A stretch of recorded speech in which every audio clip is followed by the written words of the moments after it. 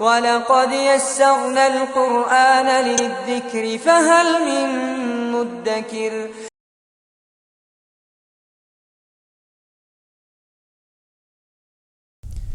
الحمدللہ رب العالمین والصلاة والسلام علی رسولہ الکریم وعلی آلہ واصحابہ اجمعین، اما بعد، فاعوذ باللہ من الشیطان الرجیم، بسم اللہ الرحمن الرحیم، رب اشرح لی صدری ویسر لی امری واحلل عقدۃ من لسانی یفقہوا قولی۔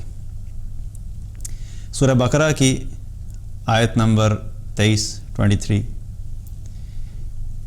اعوذ باللہ من الشیطان الرجیم، وَإِن كُنتُمْ فِي رَيْبٍ مِّمَّا نَزَّلْنَا عَلَىٰ عَبْدِنَا فَأْتُوا بِسُورَةٍ مِّن مِّثْلِهِ وَادْعُوا شُهَدَاءَكُم مِّن دُونِ اللَّهِ إِن كُنتُمْ صَادِقِينَ۔ ہم نے جو کچھ اپنے بندے یعنی محمد صلی اللہ علیہ وسلم پر اتارا ہے، اس میں اگر تمہیں شک ہو اور تم سچے ہو تو تم اس جیسی ایک صورت تو بنا لو۔ تمہیں اختیار ہے کہ اللہ تعالیٰ کے سوا اور اپنے مددگاروں کو بھی بلا لو۔ اللہ سبحانہ تعالیٰ نے اس آیت میں جو بات کہی ہے اس کے پیچھے ایک پس منظر ہے۔ اب ہو یہ رہا تھا کہ نبی صلی اللہ علیہ وسلم کی نبوت کا جب اظہار ہوا تو آپ صلی اللہ علیہ وسلم نے مکہ میں دعوت دینا شروع کی اور لوگوں کو اللہ کی طرف بلانا شروع کیا۔ جب اللہ سبحانہ تعالیٰ نے وحی کا سلسلہ جاری کیا تو شروع کی جو آیات تھیں اور شروع کی جو صورتیں تھیں، ان میں شروع میں ہی اللہ تعالیٰ نے کیا فرمایا تھا، یا ایھا المدثر قم فانذر، اے چادر میں لپٹے ہوئے اٹھو اور جا کے لوگوں کو خبردار کرو۔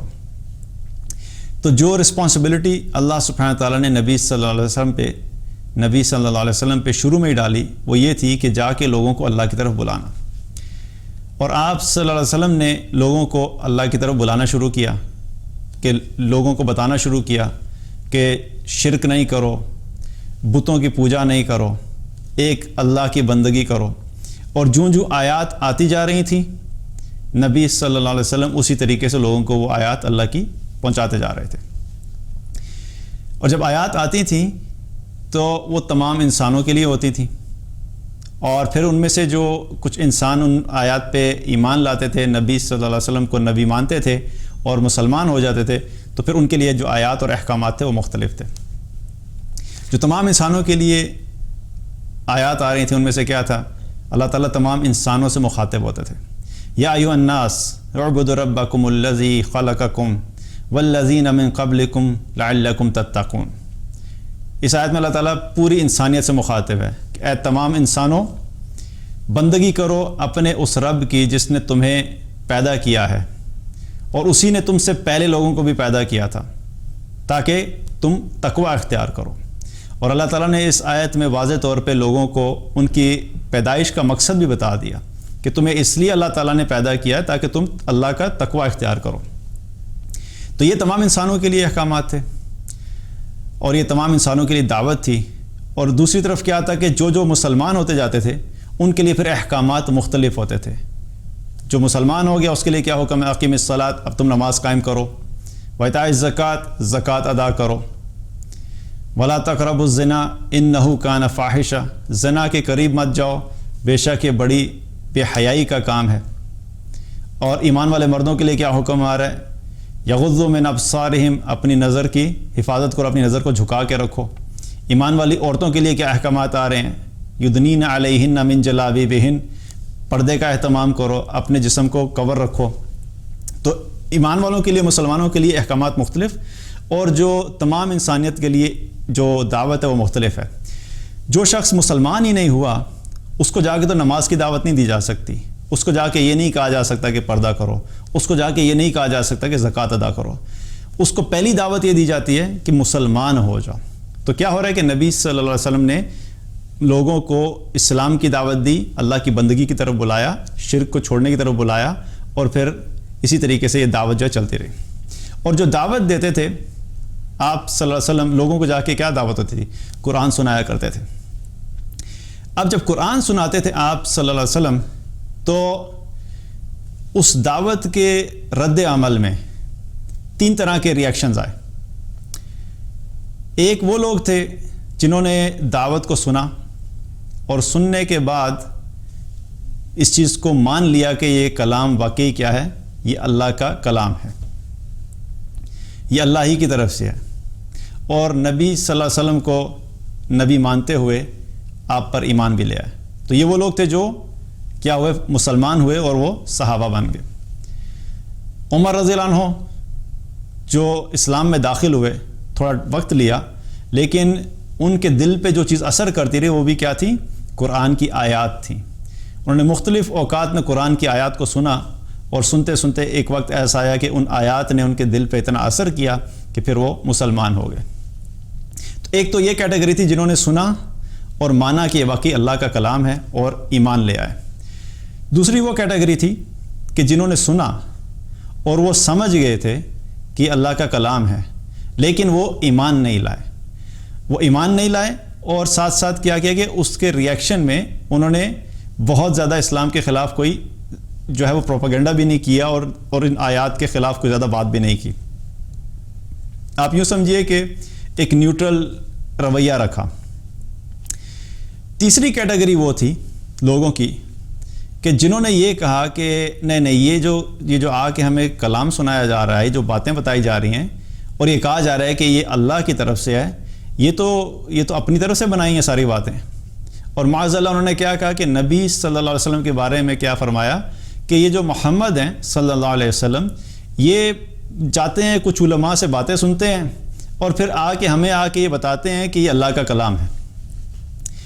تو یہ کیا ہوا کہ یہ جو لوگ تھے جنہوں نے اللہ کے کلام پہ شک کیا، قرآن کی آیات پہ شک کیا اور اس چیز پہ شک کیا کہ یہ اللہ کی طرف سے نہیں ہے، تو ایسے لوگوں کے لیے اللہ تعالیٰ نے کیا کیا کہ اللہ سبحانہ تعالیٰ نے ان کو ایک کھلا چیلنج دے دیا۔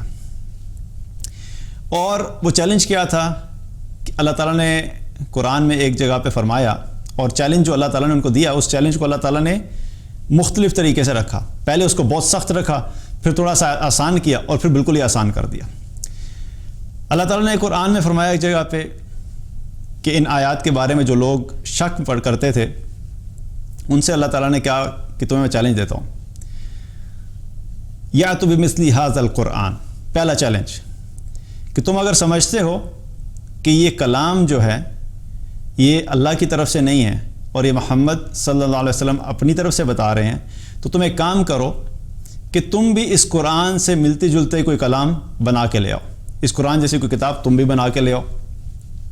اور یہاں پہ یاد رہے ایک چیز کہ نبی صلی اللہ علیہ وسلم جو تھے وہ امی تھے، وہ پڑھے لکھے نہیں تھے۔ آپ صلی اللہ علیہ وسلم نبوت ملنے سے پہلے آپ جو تھے وہ عبادات تو کیا کرتے تھے، لیکن آپ صلی اللہ علیہ وسلم پڑھنا لکھنا نہیں جانتے تھے۔ اور جب نبی صلی اللہ علیہ وسلم یہ آیات لے کے جاتے تھے تو جو قریش مکہ تھے ان کے لیے یہ بڑی حیرانگی کی بات تھی کہ یہ اتنا فصیح اور بلیغ کلام جو ہے یہ خود کیسے لے کے آ سکتے ہیں۔ یہ ان کے لیے بڑی حیرانگی کی بات تھی کہ یہ تو پڑھنا لکھنا جانتے نہیں ہیں اور اس کے باوجود یہ ایسی بات کر رہے ہیں، تو یہ لازمی کسی سے سن کے آتے ہیں اور ہمارے سامنے آ کے پیش کر دیتے ہیں۔ تو بہرحال اللہ تعالیٰ نے کیا کیا، اللہ تعالیٰ نے ان کو چیلنج دے دیا کہ تم بھی اس قرآن جیسی ایک کتاب بنا کے لے آؤ۔ اگر تم سمجھتے ہو کہ واقعی یہ کوئی انسان اپنی طرف سے یہ کلام بنا رہا ہے تو پھر تمہارے پاس بھی تو آپشن ہے، تم بھی ہمت کرو، تم بھی اپنے جتنے بھی تمہارے انٹلیکچوئلز ہیں اور جتنے بھی تمہارے بڑے بڑے شعراء ہیں، جتنے بھی تمہارے فصیح اور بلیغ قسم کے انسان ہیں، ان سب کو اکٹھا کرو اور سب کو ملا کے ایک کام کرو کہ اس قرآن جیسی ایک کتاب تم بھی بنا لو۔ اللہ تعالیٰ نے چیلنج دے دیا انہیں۔ اب وہ یہ چیلنج تو نہیں کر سکتے تھے پورا، کیونکہ ایسا کلام جو ہے وہ کوئی کسی انسان کے بس کا تو کام ہی نہیں ہے، کوئی انسان کرے اس طرح بنا سکے اس طرح کا کلام۔ اور اللہ سبحانہ تعالیٰ نے جب یہ چیلنج دیا تو پھر اللہ تعالیٰ کو پتہ تھا کہ یہ جو چیلنج ہے اس میں یہ ہار جائیں گے، یہ اس چیلنج کو پورا نہیں کر سکیں گے۔ پھر اللہ سبحانہ تعالیٰ نے کیا کیا کہ اس کو آسان کر دیا کہ چلو ٹھیک ہے، کیونکہ دیکھیے بات یہ ہے کہ خالق اللہ ہے، ہمیں بنایا اللہ نے ہے، اللہ تعالیٰ ہماری رگ رگ سے واقف ہے، اللہ تعالیٰ جانتا ہے کہ ہماری کیپیسٹی کیا ہے، اللہ تعالیٰ جانتا ہے کہ ہماری اوقات کیا ہے، اللہ تعالیٰ جانتا ہے کہ ہم اپنے آپ کو جتنا مرضی عقل مند سمجھیں، جتنا مرضی انٹلیکچوئل سمجھیں، جتنا مرضی ہم اپنے آپ کو طاقتور سمجھیں، ہماری جو لمیٹیشنز ہیں بحیثیت انسان اللہ سبحانہ تعالیٰ کو پتہ ہے. تو اللہ تعالیٰ نے کیا کیا کہ یہ چیلنج دیا کہ تم اس قرآن جیسی ایک کتاب بنا کے لے آؤ, اور اللہ کو پتہ تھا کہ یہ پورا نہیں کر سکیں گے. پھر اللہ سبحانہ تعالیٰ نے اس کو آسان کر دیا. ایک اور جگہ اللہ تعالیٰ نے قرآن میں فرمایا قُلْ فَأْتُوا بِعَشْرِ سُوَرٍ مِثْلِهِ. اللہ تعالیٰ نے نبی صلی اللہ علیہ وسلم سے فرمایا کہ آپ ان سے کہہ دیجئے کہ تم اس کلام سے ملتی جلتی 10 صورتیں بنا کے لے آؤ. پورا قرآن تو نہیں لے کے آ سکتے تم, اس سے ملتا جلتا تم کلام تو نہیں بنا سکو گے, تو چلو ایک کام کرو, تمہارے لیے آسان کر دیتے ہیں, تھوڑی ریلیکسیشن دے دیتے ہیں. تم 10 صورتیں بنا کے لے آؤ, قرآن کی کوئی سی 10 صورتیں لو, ان کے برابر تم بھی 10 صورتیں بنا کے لے آؤ. اب کیا ہوا؟ آسان ہو گیا. اب آسان ہو گیا. وہ 10 صورتوں والا جو معاملہ تھا, لوگوں نے کوشش بھی کی, ایسا نہیں ہے کہ ان میں سے کسی نے کوشش نہیں, ان لوگوں نے کچھ کوشش کی, لیکن وہ ایسا گھٹیا کلام بنا کے لاتے تھے کہ وہ خود ہی جب دیکھتے تھے اپنے کلام کی طرف اور پھر قرآن کی چند آیات دیکھتے تھے تو وہ سمجھ جاتے تھے کہ نہیں ہمارے اس کلام کا تو قرآن کی کسی آیات کے ساتھ مقابلہ ہو ہی نہیں سکتا. تو اللہ تعالیٰ نے کیا کیا کہ آسان کر دیا. پھر اللہ سبحانہ تعالیٰ نے اس چیلنج کو اور آسان کر دیا, اور اس آیت میں اللہ تعالیٰ نے کیا فرمایا فَأْتُوا بِسُورَةٍ مِّن مِّثْلِهِ, کہ تم اس سے ملتی جلتی کوئی ایک صورت ہی بنا کے لے آؤ. پورا قرآن چیلنج دیا, نہیں کر سکتے. اچھا 10 کر لو, نہیں کر سکتے. اچھا ایک کام کرو, 10 بھی نہیں کر سکتے, اس قرآن کی کوئی ایک صورت اٹھا لو اور اس ایک صورت سے ملتی ہوئی تم کوئی ایک صورت بنا کے لے آؤ. اس کے اوپر بھی کچھ لوگوں نے اٹیمپٹ کی, لیکن انہوں نے جو کلام پروڈیوس کیے وہ اتنے واہیات تھے کہ لوگ سن کے ہنستے تھے کہ یہ کیا بات کر رہے ہیں, کیونکہ اللہ کے کلام کے ساتھ کسی انسان کا کلام کا مقابلہ نہیں کیا جا سکتا. تو کیا ہوا کہ اس میں بھی فیل ہو گئے. اور 1400 سال پہلے اللہ تعالیٰ نے یہ جو چیلنج دیا تھا, یہ چیلنج آج بھی قرآن میں اسی طریقے سے موجود ہے. اور آج کے دور میں کیا ہوگا کہ اللہ سبحانہ تعالیٰ کی طرف سے چیلنج ہے کہ کوئی شخص بھی اس قرآن سے ملتا جلتا کلام بنا سکتا ہے اگر, تو بنا کے لے آئے, اور وہ اپنے سارے انٹلیکچوئلس کو اکٹھا کرے, اپنے سارے عقل مند لوگوں کو اکٹھا کرے, اپنے سارے فصیح اور بلیغ قسم کے لوگوں کو اکٹھا کرے. اور آج کے دور میں کیا ہے کہ ساری ٹیکنالوجی کو بھی تم اکٹھا کر لو, اور ان سب چیزوں کو اکٹھا کر کے تم اس کلام سے ملتا جلتا کوئی کلام بنانے کی کوشش کرو, اور تم لوگ اس چیلنج کو پورا نہیں کر سکتے, اس چیلنج میں تم نہیں جیت سکتے. تو یہ اللہ سبحانہ تعالیٰ کا چیلنج ان لوگوں کو تھا کہ جو یہ سمجھتے تھے کہ یہ جو کلام ہے یہ محمد صلی اللہ علیہ وسلم اپنی طرف سے بنا کے لے کر آتے ہیں. اور اللہ تعالیٰ نے اوپن آپشن دے دی کہ اس چیلنج کو پورا کرنے کے لیے اللہ کے علاوہ, اللہ کے سوا تم دنیا میں جس کسی کو بھی اپنے ساتھ اکٹھا کرنا چاہتے ہو, جس کسی کو بھی اپنے ساتھ ملانا چاہتے ہو, تم سب کو ملا لو اور تم یہ کلام بنانے کی کوشش کرو. اس کے مقابلے میں کوئی کلام لانے کی کوشش کرو اور تم نہیں کر سکو گے. تو یہ جو ہے یہ قرآن کا ایک معجزہ ہے, اور قرآن اٹسیلف جو ہے یہ معجزہ ہے. اللہ تعالیٰ نے جب بھی کوئی نبی بھیجے تو مختلف نبیوں کو, مختلف رسولوں کو اس وقت کے اعتبار سے کچھ نہ کچھ معجزات دیے. موسیٰ علیہ السلام کو اللہ تعالیٰ نے معجزہ دیا, کیونکہ موسیٰ علیہ السلام کے دور میں کیا تھا, جادو کا جو تھا وہ دور تھا, اور جادو کے اوپر لوگوں کا بہت زیادہ فوکس تھا. تو اللہ سبحانہ تعالیٰ نے موسیٰ علیہ السلام کو جادو کے ریلیٹڈ ہی معجزات دیے. ان کا جو عصا تھا وہ عصا جو ہے وہ اژدہے میں تبدیل ہو جاتا تھا.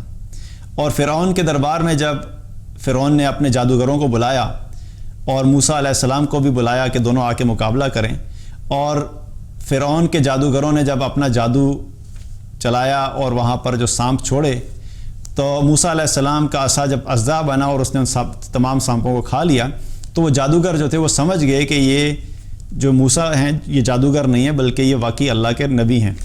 اور وہ فوراً کیا ہوا کہ وہ اللہ پہ ایمان لے آئے جادوگر, اور فرعون کو جہاں پہ شکست ہوئی. تو اللہ سبحانہ تعالیٰ نے موسیٰ علیہ السلام کو ان کے دور کے حساب سے معجزہ دیا, جس کو دیکھ کے بہت سے لوگ جو ہیں ان پہ ایمان لائے. اسی طریقے سے عیسیٰ علیہ السلام کا جو دور تھا وہ دور طب کا دور تھا. اس میں لوگ طب میں بہت مہارت رکھتے تھے اور اپنے آپ کو بہت سمجھتے تھے کہ ہم طب میں بہت آگے جا چکے ہیں. تو اللہ سبحانہ تعالیٰ نے عیسیٰ علیہ السلام کو جو معجزات دیے ان میں سے ایک معجزہ کیا تھا کہ وہ کوڑی کو جو ہے وہ شفایاب کر دیتے تھے اللہ کے حکم سے، کہ کوڑی کا جو مرض ہوتا تھا اس کا علاج کر دیتے تھے۔ اسی طریقے سے پرندہ جو ہوتا تھا، پرندے کو بنا کے اس پہ پھونک مارتے تھے اور وہ ہوا میں اڑنا شروع ہو جاتا تھا، یہ بھی اللہ کے حکم سے تھا باذن اللہ۔ تو یہ کیا تھا کہ اللہ سبحانہ تعالیٰ نے ان کو اس دور کے حساب سے معجزات دیے۔ نبی صلی اللہ علیہ وسلم کا جو دور تھا وہ علم کا دور تھا، علم کا دور تھا، اور لوگ علم میں بہت زیادہ مہارت حاصل کر چکے تھے، اور اس دور کے اعتبار سے اللہ سبحانہ تعالیٰ نے جو نبی صلی اللہ علیہ وسلم کو معجزہ دیا وہ قرآن تھا۔ اور صحیح بخاری کی حدیث ہے جس میں نبی صلی اللہ علیہ وسلم نے فرمایا کہ اللہ سبحانہ تعالیٰ نے ہر نبی کو اس کے دور کے حساب سے نشانیاں دیں، جن نشانیوں کو دیکھ کر لوگ ان پر ایمان لائے، اور مجھے جو معجزہ دیا گیا ہے وہ قرآن ہے۔ تو آپ صلی اللہ علیہ وسلم نے اس قرآن کو خود کیا فرمایا کہ یہ اللہ کا معجزہ ہے۔ اب دیکھا جائے تو یہ وہ معجزہ ہے جو ہم سب کے گھروں میں موجود ہے۔ آج ہم اپنا جائزہ لیں تو ہم کن چیز میں معجزات ڈھونڈتے ہیں اللہ کے؟ ٹماٹر کاٹتے ہیں تو ٹماٹر کاٹنے کے بعد جب وہ کھلتا ہے تو بیچ میں بیج سے اگر اللہ لکھا ہوا ہے یا اس طرح ڈیزائن بنا ہوا ہے کہ دیکھنے میں لگ رہا ہے کہ اللہ لکھا ہوا ہے، تو ہم ساروں کے ساتھ شیئر کرتے ہیں کہ سبحان اللہ، دیکھیں جی ٹماٹر کے اندر سے اللہ کا نام نکلا ہے۔ روٹی پکاتے ہیں تو روٹی پکانے کی وجہ سے جو اس کا جو وائٹ اور براؤن کا جو ڈفرینس ہوتا ہے، جو براؤن ایریا ہوتا ہے، اس سے اگر اللہ لکھا ہو گیا یا ڈیزائن ایسا بنا کہ لگتا ہے کہ اللہ لکھا ہوا ہے تو سارے شیئر کرتے ہیں، دیکھیں جی سبحان اللہ، اللہ کا معجزہ ہے کہ یہ روٹی کے اوپر اللہ لکھا ہوا ہے۔ کہیں پہ کوئی درخت دیکھے، درختوں کی فارمیشن اس طریقے سے ہے کہ دیکھ کے لگتا ہے کہ جس طرح لا الہ الا اللہ لکھا ہوا ہے، تو سب شیئر کرتے ہیں کہ دیکھیے سبحان اللہ، اللہ کا معجزہ ہے کہ درخت اس طریقے سے بنے ہوئے ہیں کہ ان سے لا الہ الا اللہ لکھا ہوا ہے۔ اور ہم ان چیزوں کے اندر معجزات کو ڈھونڈ رہے ہیں، اور جو اصل معجزہ جس کو نبی صلی اللہ علیہ وسلم نے معجزہ کہا وہ قرآن ہے، وہ ہمارے گھروں میں موجود ہے۔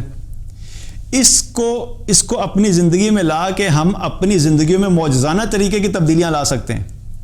لیکن آج افسوس سے یہ کہنا پڑتا ہے کہ امت مسلمہ کے گھر گھر میں یہ کتاب موجود ہے، لیکن اکثریت مسلمانوں کی اس کو معجزہ نہیں سمجھتی، اور اس کو چھوڑ کے ہم اپنی زندگی کے مسائل کا حل پتہ نہیں کس کس کے در پہ جا کے اپنی زندگی کے مسائل کا حل ڈھونڈ رہے ہیں۔ ہم نے اس قرآن کو چھوڑا، اس کو چھوڑنے کی وجہ سے ہماری زندگیوں میں کیا ہوا کہ زندگیاں بھی خراب ہوئیں اور بحیثیت امت بھی ہمارے اوپر زوال آ گیا۔ ایک حدیث میں آتا ہے نبی صلی اللہ علیہ وسلم نے فرمایا قرآن کے بارے میں، ان اللہ یرفع بہذا الکتاب اقوام ویضع بہ آخرین، اللہ سبحانہ تعالیٰ اس کتاب یعنی قرآن کے ذریعے سے بہت سی قوموں کو عروج اور عزت عطا فرماتا ہے اور بہت سی دوسری قوموں کو ذلیل و رسوا کرتا ہے۔ یعنی جو لوگ اس قرآن کو اپنی زندگی کا حصہ بناتے ہیں، اس قرآن کو اللہ کا کلام مانتے ہیں، اس قرآن کو اللہ کا معجزہ مانتے ہیں، اور اس قرآن کو اپنی زندگی میں اہمیت دیتے ہیں، اس قرآن کے مطابق اپنی زندگی کو بسر کرتے ہیں، تو جو بھی ایسا کام کریں گے اللہ سبحانہ تعالیٰ ان کو دنیا میں عزت اور عروج عطا فرمائے گا اور آخرت میں بھی کامیابی عطا فرمائے گا۔ اور جو لوگ اس قرآن کو چھوڑ دیں گے تو اللہ سبحانہ تعالیٰ ایسے لوگوں کو دنیا میں بھی ذلیل و رسوا کرے گا اور آخرت میں بھی ذلت اور رسوائی ان کا مقدر ہے۔ تو یہ قرآن آج ہر مسلمان کے گھر میں موجود ہے، لیکن اور یہ بڑے افسوس کی بات ہوگی اگر کوئی مسلمان ہو کہ یہ کہے کہ میرے گھر میں قرآن موجود نہیں ہے۔ یہ تو تصور بھی نہیں کیا جا سکتا کہ کوئی شخص مسلمان ہو اور اس کے گھر میں قرآن موجود نہ ہو۔ یہ تو بہت ہی بڑا ڈیزاسٹر ہے، جسے کہتے ہیں بلنڈر ہے بہت بڑا، کہ کیسا مسلمان ہے کہ جس کے گھر میں قرآن موجود نہیں ہے۔ ابھی پڑھنا نہ پڑھنا اس کی بات میں الگ بعد میں کروں گا، لیکن قرآن موجود ہی نہیں ہے۔ تو کم سے کم یہ تو کہ ہر مسلمان کے گھر میں قرآن موجود ہو، اور پھر جن کے گھروں میں موجود ہے ان کا بلنڈر کیا ہے، ان کا جرم کیا ہے کہ وہ قرآن وہاں پہ موجود ہے اور کسی خاص جگہ پہ، اونچی جگہ پہ اس کو سنبھال کے رکھا ہوا ہے، اور ادب کا اتنا اعلیٰ معیار مینٹین کیا ہوا ہے گھر میں کہ اس ادب کی وجہ سے کئی سال تک وہاں پہ ہاتھ ہی نہیں پہنچتا اور اس قرآن کو کوئی چھوتا بھی نہیں ہے۔ تو جہاں پہ قرآن کا ادب کرنا یہ لازم ہے، اسی طریقے سے قرآن کو پڑھنا بھی لازم ہے۔ اگر کوئی شخص قرآن کی بے ادبی کرے تو وہ مجرم ہے، لیکن جو شخص قرآن کو پڑھے نہیں وہ اس سے بڑا مجرم ہے۔ تو ہمیں یہ سوچنا چاہیے کہ یہ وہ معجزہ ہے جو کہ اللہ سبحانہ تعالیٰ نے اس امت کو عطا کیا نبی صلی اللہ علیہ وسلم کے ذریعے سے. تو آج ہم اس معجزے کو گھر کے میں ہوتے ہوئے بھی ہم اس کو کیوں نہیں کھولتے؟ اور یہ چیلنج اللہ تعالیٰ نے 14 سال پہلے دیا. تو اس سے پتہ لگتا ہے کہ قرآن کی طاقت کیا ہے. اور اسی طریقے سے کیا ہوتا تھا کہ اس وقت کے دور میں، چونکہ جیسے میں نے پہلے بات کی کہ شعر و شاعری کا بھی دور تھا، فصیح اور بلیغ قسم کا کلام لوگ لکھا کرتے تھے. تو ہر سال جو ہے وہاں پہ کیا ہوتا تھا، ایک شاعری کا مقابلہ ہوا کرتا تھا اور بڑے بڑے شعراء آیا کرتے تھے اس مقابلے میں. اور جس کا شعر سب سے اچھا ہوتا تھا، جس کی شاعری سب سے اچھی ہوتی تھی، اس کو یہ آنر دیا جاتا تھا کہ اس کی شاعری کو کعبہ کے اوپر ایک خاص جگہ پہ لگا دیا جاتا تھا، تاکہ آنے جانے والے سارے پڑھتے تھے کہ یہ فلاں شخص کی شاعری ہے اور اس سال جو ہے اس نے سب سے بہترین شاعری کی. تو جب یہ قرآن کی آیات نازل ہونا شروع ہوئیں، صورتیں آنا شروع ہوئیں، تو جب سورہ کوثر نازل ہوئی تو حضرت علی رضی اللہ عنہ نے کیا کیا کہ سورہ کوثر کو لکھ کر کعبہ کی اس جگہ پہ لگا دی جہاں پہ شعراء کا کلام لکھا جاتا تھا. تو جب وہاں پہ انہوں نے لکھ کے لگا دیا سورہ کوثر کو، اور 3 آیات ہیں، اِنَّا أَعْطَيْنَاكَ الْكَوْثَرَ فَصَلِّ لِرَبِّكَ وَانْحَرْ إِنَّ شَانِئَكَ هُوَ الْأَبْتَرُ. 3 آیات.